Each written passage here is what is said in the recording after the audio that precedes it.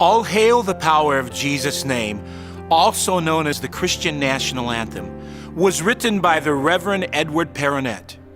Perronet was a close friend with the Methodist brothers, John and Charles Wesley. He also served as a missionary in India, and while there it was that he wrote the lyrics to All Hail the Power. There is power in Jesus' name. It can strike fear into the demons and cause joyful singing in a believer's heart. There is a story about this hymn that has been passed down through history. The Reverend E.P. Scott was a missionary to India, and he wanted desperately to travel deep into the jungle to evangelize a barbarous tribe.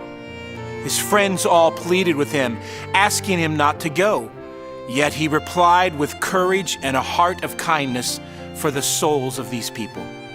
When he reached the tribe's land, he was immediately surrounded by warriors with spears all pointed at him.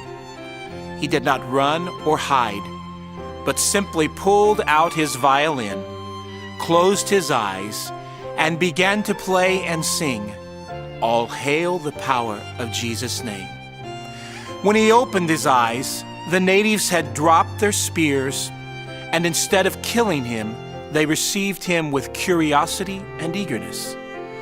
The Reverend was able to share the gospel, and many of this tribe were saved. This hymn has inspired and encouraged Christians all over the world since it was written in 1780. This text reminds us that Jesus Christ is Lord of all.